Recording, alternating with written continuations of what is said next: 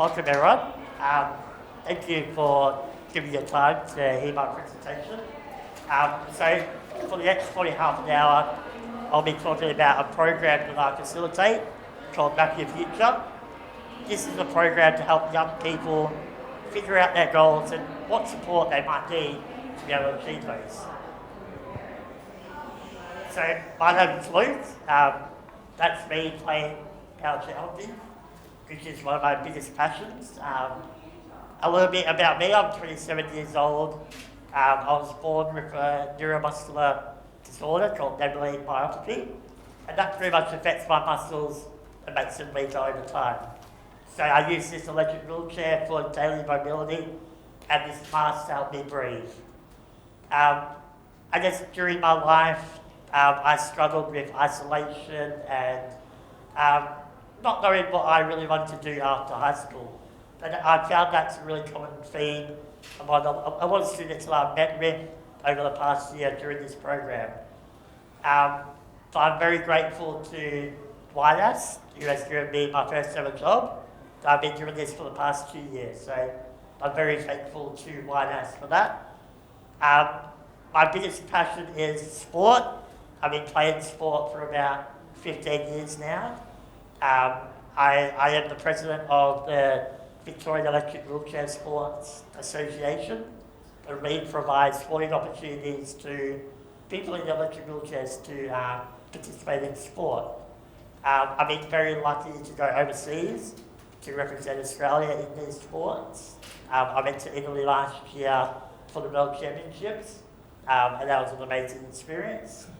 My other passion is obviously helping people with disabilities, around inclusion, accessibility, and helping them work out what they want to do in the future. So I work for the Youth Disability Advocacy Service.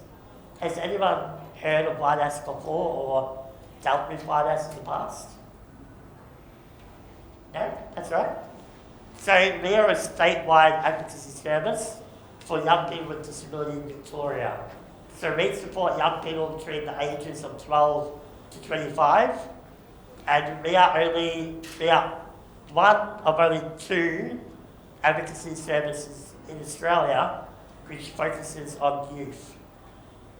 So we offer a free individual advocacy service to young people to help them work out what their rights are and help them fight for their rights.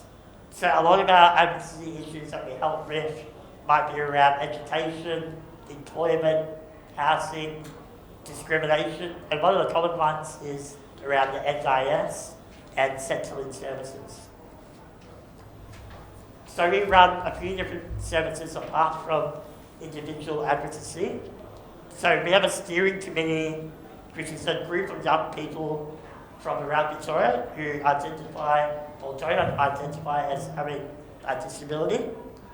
And the committee works with YNAS staff to, I guess, direct what our services are and help us plan for our future as an organisation.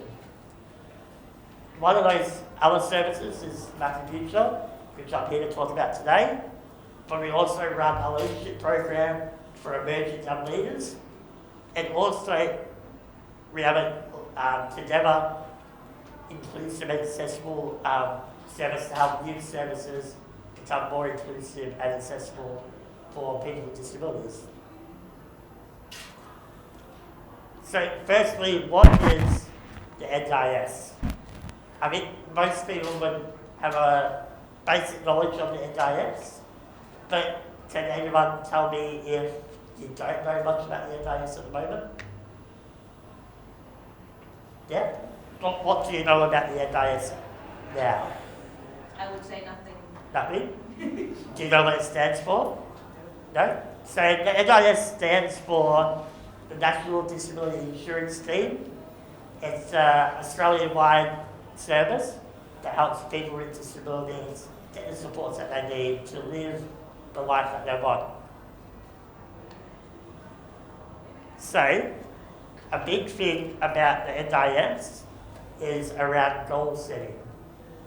So the main thing about an NDIS plan, so a person with a disability gets an NDIS plan, and the supports that are in those NDIS plan relate to the goals that they've set out during that process. Does anyone in here have any goals right now in their lives? Yeah. Yeah? Yeah. What one do you have? I want to release more music. Yeah. Sing songwriter. Yeah, cool. And what kind of support would you need for that? I think I need accountability. Yeah. People around. Yeah, Software, equipment. yeah, things like that. cool.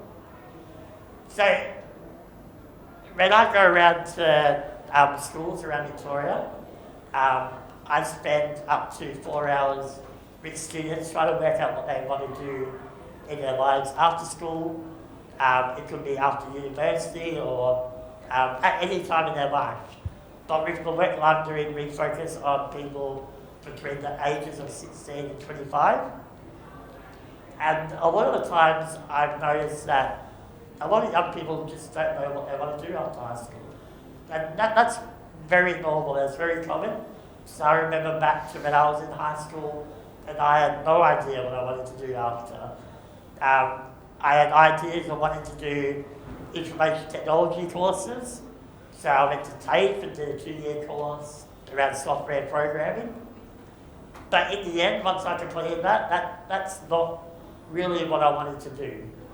And even now, I'm still wondering what my actual passion and end goal is. So I've been doing a lot of work with YNAS, a lot of work in the disability sports sector, and I guess I'm still figuring out what I want to do. So I can imagine how hard it would be for someone that's 16 or 17, and they don't know what they want to do after school.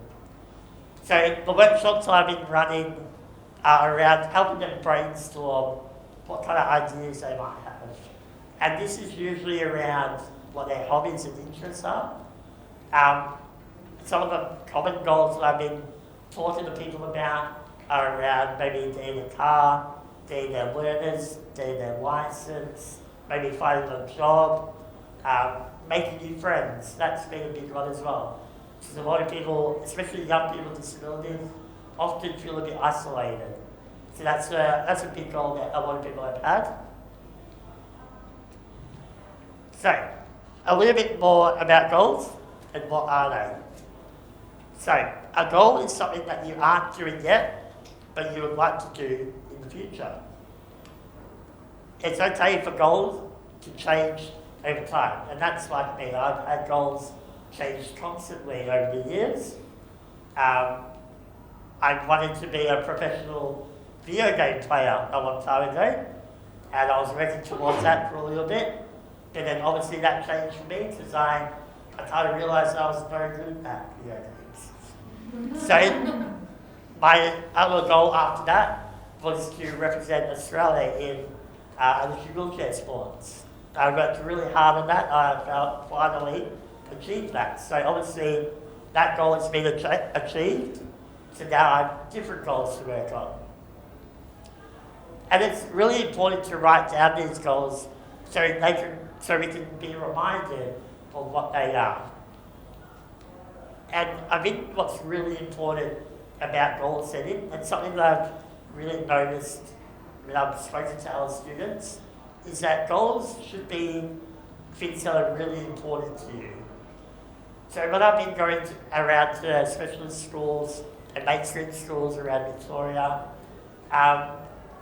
students have been talking about getting a job or getting their license, but it's not really important to them at the time. And I've been really trying to help them realise that these goals should be something that's really important to them. So some examples of goals, or short-term goals, might be learning how to cook. And it's important to really break down these goals into smaller steps. So, for example, if you want to learn how to cook, you might want to learn how to cut vegetables, or you might want to learn how to measure ingredients, or using an oven safely. Another short-term goal might be to experience horse riding or being more confident on the phone. And that might be just a case of dialing numbers and talking to people and starting to get used to that. I know that's something that I really struggle with, so that's one of my short-term goals is to get more comfortable talking on the phone. Longer-term goals might be being employed, finishing school, maybe going to university, or maybe even being more independent. I know that's been a very common goal in a lot of schools that I've been going to. I've found that a lot of students around 16, 17 don't always get to have a lot of say in their lives. So it might be their parents or teachers or support coordinators trying to dictate what goals or path they might take in the future. So that's something that I really focus on in the workshop with Back in the Future, is teaching young people with disabilities how to speak up for themselves and a little bit about self-advocacy. So when I talk to students about goal setting, I ask 3 really important questions. The first question is, where am I now? What am I doing? And then the second question is, where do I want to go? Where do I see myself in a year's time, or 2 years' time, or in 5 years' time? And then the third question is, how do I get from here to there? And what kind of supports I need to ever help me get to there? And it's important to really map that out. Because I found that a lot of students have trouble or struggle with mapping out some of their longer-term goals and what kind of supports they need to be able to achieve them and what supports are out there to help them with that. And sometimes it's hard to really relate or connect the NDIS and how the NDIS can help with that. So I put this activity in. This is mainly more towards younger people who have a disability. But if anyone wants to participate in this activity, I think that would be great. So I guess I might just go around. If anyone wants to volunteer any answers, that's okay. If you don't want to talk, that's completely fine as well. But does everyone have any short-term goals right now in their lives? And it could be anything. There's no right or wrong answers for this. So I found that in a lot of schools, students have put down long-term goals as in getting a job or going to university, but they aren't really specific about those goals. I've been really trying to help them work out what type of job would they like. So I've always believed in, I guess, having a job that you enjoy. Because if you don't enjoy your work, it's really hard to work. And I really think it's important for your mental health as well. So I've been trying to go to different students and really try to help them brainstorm what interests they have and what kind of job might relate to that. So when we talked about support, I think support is really important for goal setting because although some goals can be achieved by yourself, some goals you might need support with. And support can look really different for different people. So for me, one of my goals is to exercise more often or go to hydrotherapy once a week. And for that, I need a support worker to help me access those services and activities. So support to me is really important. Support is the help you need to do what you want to do. And support should be help, not someone taking over your life, because this is your decision about what support you want to be able to achieve these goals. So where to from here? So it's always important to remember that you are the expert in your life. And I'm just here, or when I'm in workshops, I'm there to help people chat about their ideas and help them brainstorm about what support they might need to achieve those ideas. I finished pretty early, but these are my contact details, and I'm more than happy to answer any questions about Mapping Future, YNAS, the sports that I do, my personal experiences as a person with disability. So if anyone has any questions, feel free to ask them.